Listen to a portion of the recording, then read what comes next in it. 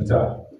CENTAL is one of our strongest partners at the GAC. So irrespective of what kind of work we are doing at the GAC right now, I am so occupied with doing a number of other reports, which I will be talking about briefly as part of the presentation.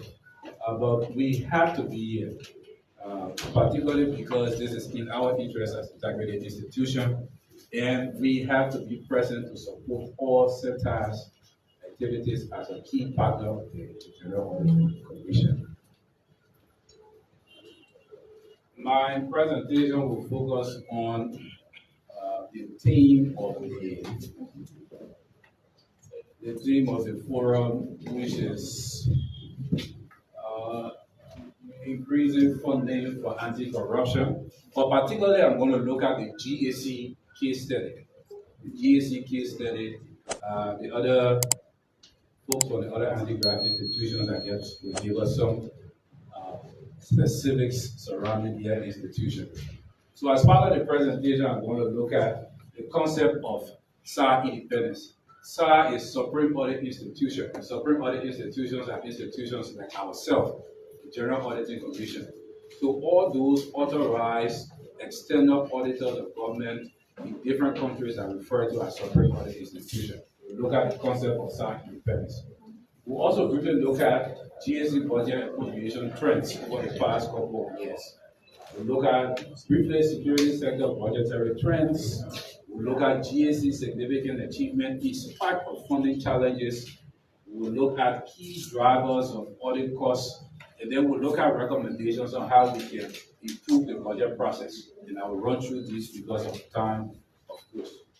So the concept of SAR independence was crafted by INTOSAI. INTOSAI is the international umbrella organization for all Supreme Audit institutions in the world at the LIMA and MEXICO declaration. So, per the LIMA and MEXICO declaration, institutions like ourselves, the General Auditing Commission, has got two levels of independence: operational independence and financial independence.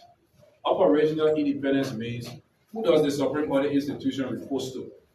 We report to the national legislature, check mark, because we should not be reporting to the executive, since most of our audits are based around auditing institutions of the executive.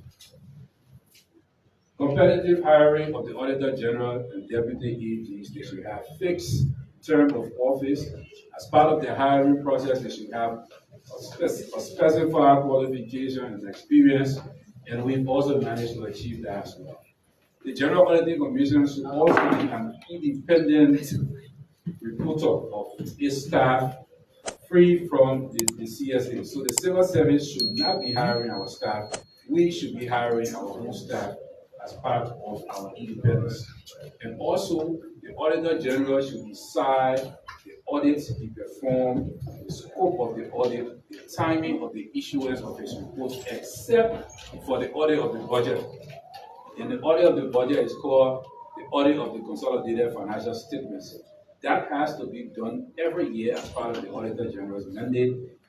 The financial statements have to be presented by the Office of the Comptroller General by April every year, and the Auditor General has to complete his audit and issue in August. So, based on the passage of the GAC Act of 2014, we have managed to achieve our operational independence, which is a major step forward as far as good governance and the independence of the GAC is concerned. However, we have not managed to achieve our financial independence. And the crafter of the act thought that financial independence was equally as important as administrative or operational independence, because if the Supreme Audit Institution does not have the requisite resources to perform the audit, if the resources are not made available in a timely manner, then it can affect the amount of audit or the number of audits that is performed by the institution. It also affect the quality of the audit that the institution performs, because our scope will be limited. We may not be able to cover certain projects as it relates to physical verification, etc. So, under this concept, per our Act, the GAC Act of 2014, The Auditor General is supposed to submit a budget to the national legislature at the commencement of the fiscal year. That budget is supposed to be exclusively approved by the legislature with absolutely no intervention from the Ministry of Finance and Development Planning. And the Ministry of Finance and Development Planning is supposed to disburse the budget in 2 folds. As and when the budget has passed, and then July, since we now have a calendar year, to give the Office of the Auditor General sufficient resources to be able to perform the tasks that have been planned for the fiscal year. So we have not achieved this yet. This is a very important instrument of good governance and anti-corruption in every single country. Sierra Leone has managed to achieve that. And to tell you how important it is, it was one of the issues that have been flagged up consistently in the U.S. Fiscal Transparency Report. The next report I expect is supposed to be coming out this month. We are going to fill this aspect again. So that is why the whole essence of this particular forum is important. Raise awareness for financing integrated institutions, but particularly the GSC has specific funding requirements. The GSC budgetary appropriation, these are things that I will run through. So we've had some marginal increases as far as the budget is concerned. But if you look at the actual receipt of the budget, we have not had many increases as far as our budgetary figures are concerned. So 2019, 2020, for example, you saw we have $4.4 million, but the bulk of it goes to salary. So there is very minimal amount to be able to perform the audit. I will run you through some of the things some of the key drivers of audit costs so you get to appreciate, because the GSC need to do more audit. We need resources to be able to perform those audits. It increased marginally up to 2024 when it went to 2023 and 2024 when it went to 5.7 million. But you will also see from the budget versus actual. From the budget versus actual allocation, the GAC last year, for example, did not receive over $500,000, and $569,565 of its budgetary appropriation. Why there were other institutions receiving excesses in their appropriation.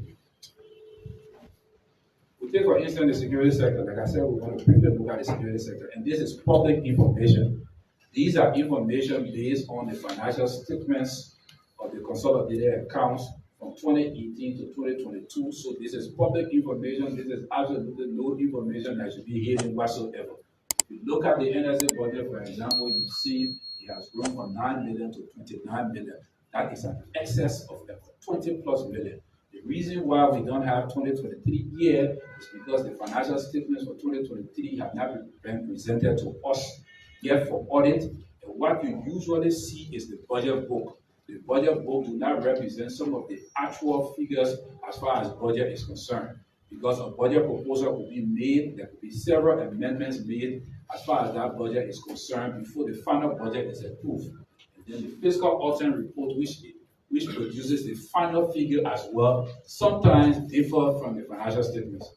So the financial statements are the most authoritative figure as far as recording of budget, approved budget, and actual budget is concerned from our perspective who perform audit.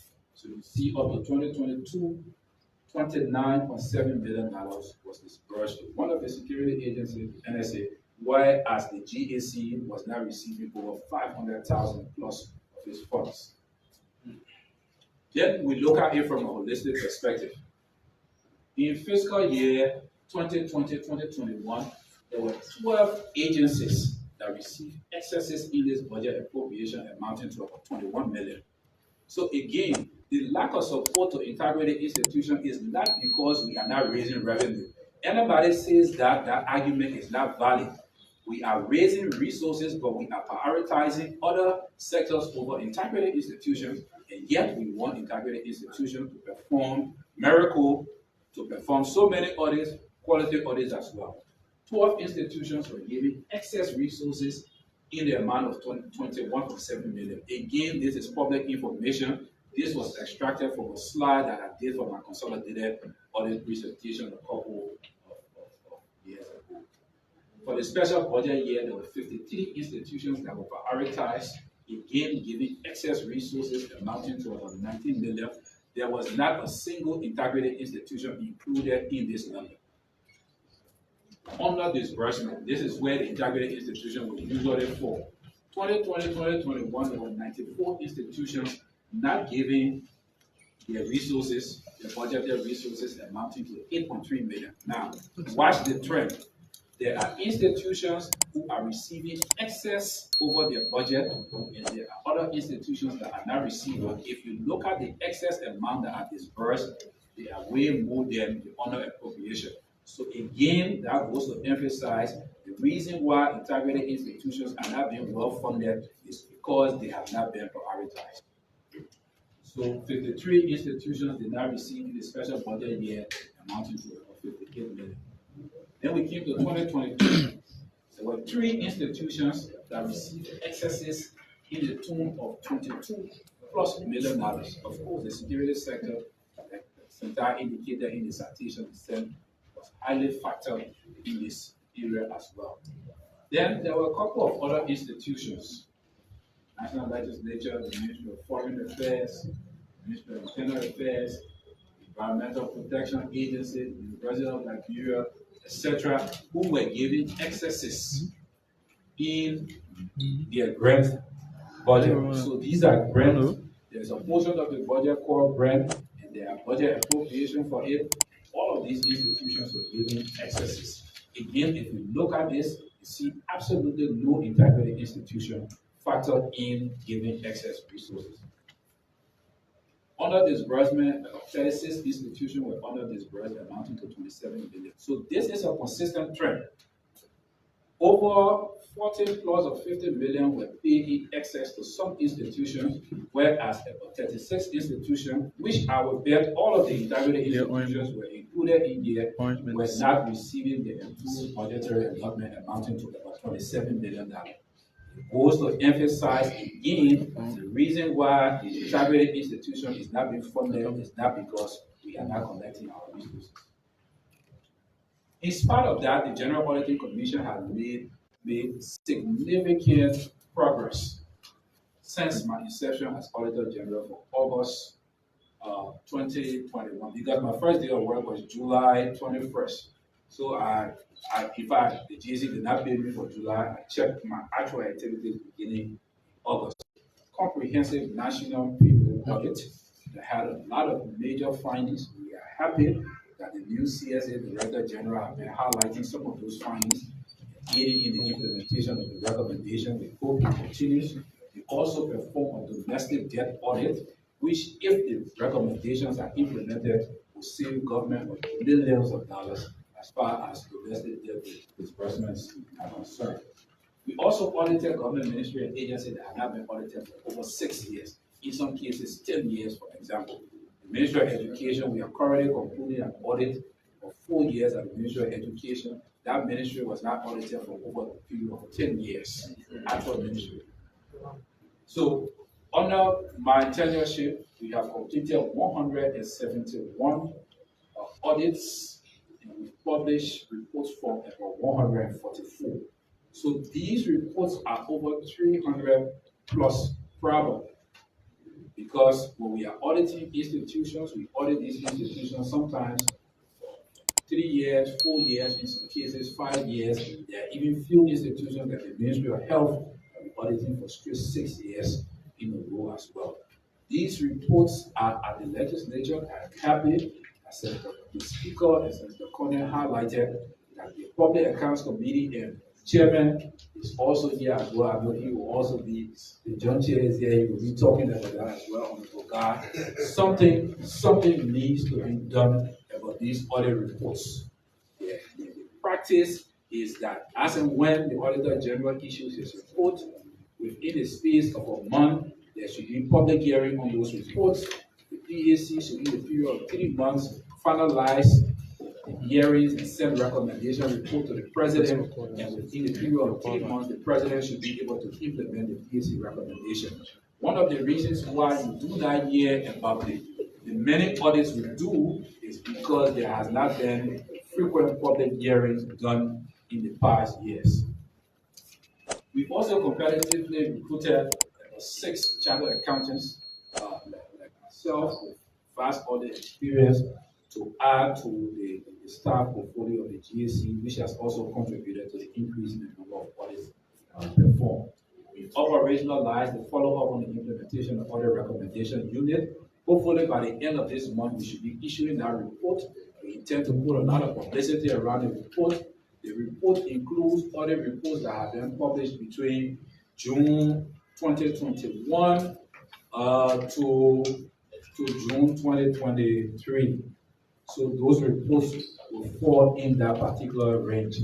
The report is also a very important instrument that highlights which government institutions are implementing the Auditor General recommendation and who are not. So we are going to be categorizing the implementation of the recommendation into either fully implemented, partially implemented, not implemented in the auditory support as well. Self-accountability initiative, we have regularized the audit of the GAC. So one of the many of the Auditor General is that the Office of the Auditor General should be audited every year. Regularize that now, audited every year. Our audit of 2023 is going to be commencing very, very shortly. And we've also regularized the quality assurance review at the General Auditing Commission. So our reports are also subject to review by external parties, professionals like ourselves who come and look at our reports and recommend actions for improvement. We've regularized that as well. There are a couple of internal projects that we've also regularized. We've introduced the one auditor, one laptop project. So every auditor at GAC has a laptop now. I remember when I went there, sometime a team of 5 auditors, there would only be one laptop, and that was killing efficiency. As part of our drive to fully automate the audit process, we were able to achieve that. We renovated the GAC office building, we introduced the staff transportation and insurance scheme, and were able to introduce and operationalize the first performance evaluation system. Now, these are some of the major costs that drive an audit. Somebody, for example, probably sitting somewhere and say, the GAC should perform 500 audits within a given year. Where is the resources to perform this audit? These are some of the cost drivers. DSA for auditors to travel locally. If you are auditing a couple of ministries and agencies, like internal affairs that we audited last year, reports will be coming up shortly. The Ministry of Justice, the Ministry of Defense, the Ministry of Health, the Ministry of Education, all of these ministries and agencies have got operations in the 15 counties.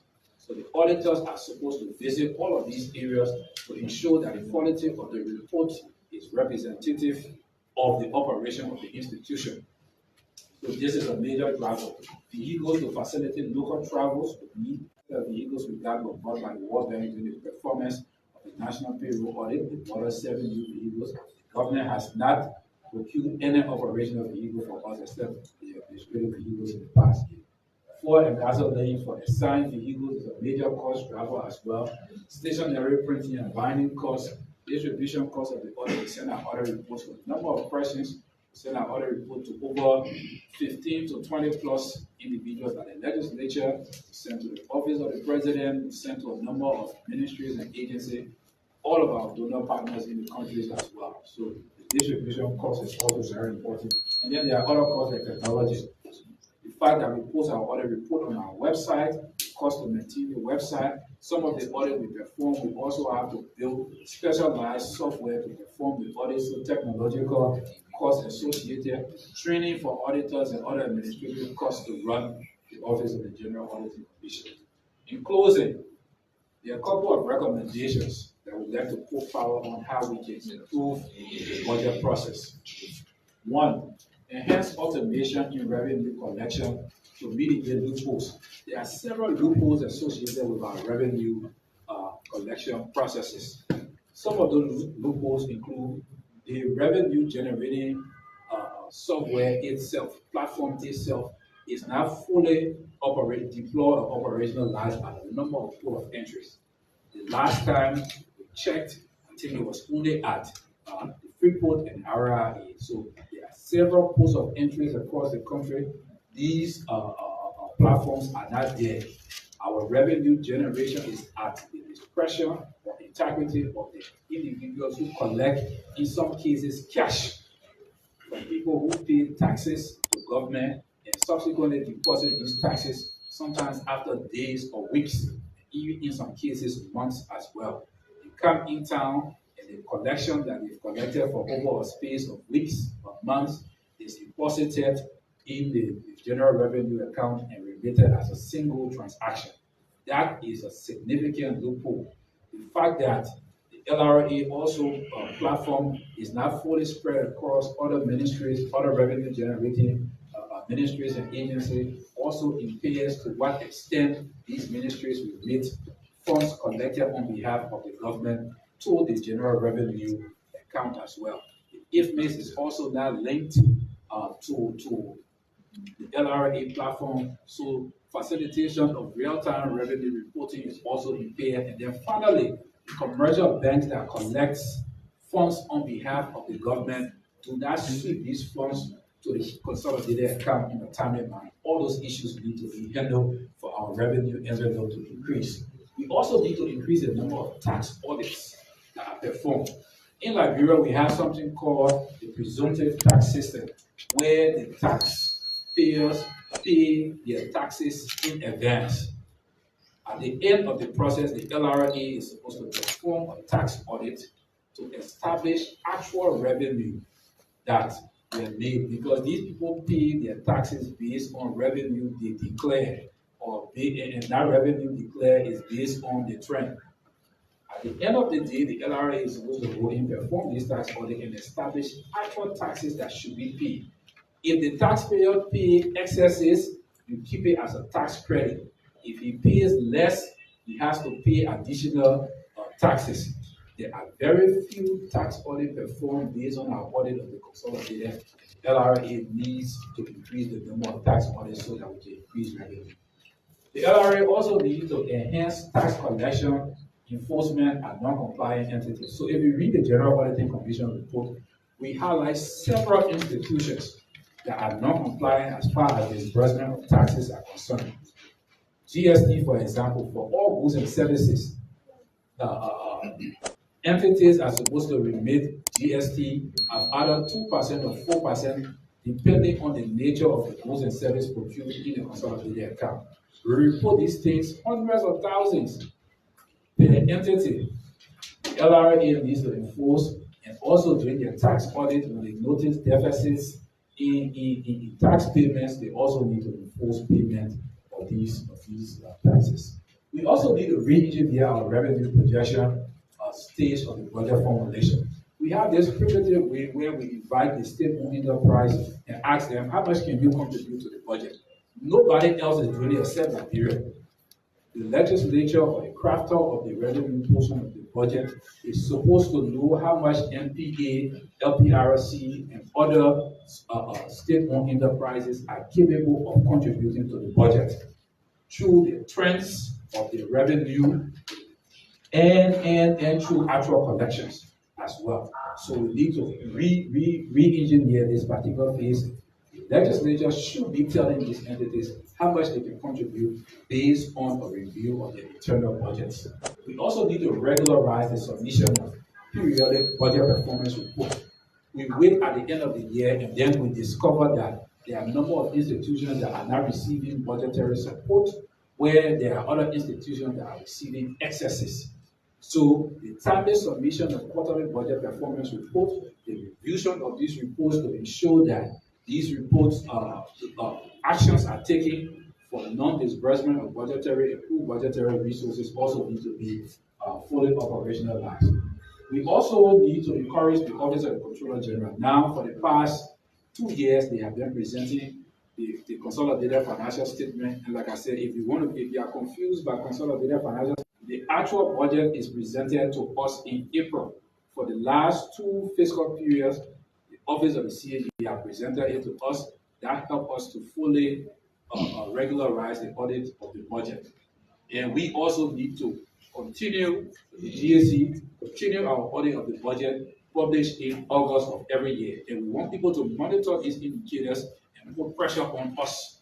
So we are not only asking for funding, we want people to know what our requirements are so that pressure can also be on us to be able to deliver. Regular conduct of public hearing of the consolidated audit reports, and all other audit reports we've already spoken about that. I know the chairman is here. Rogar will speak on regularizing public hearings, timely issuance of recommendation report to the office of the president. So conducting a public hearing should not just be enough. The recommendation reports that come from the legislature has to go to the president. All of us need to put pressure on the president to implement the recommendation from these reports as well. So that is basically some of the issues we want to talk about.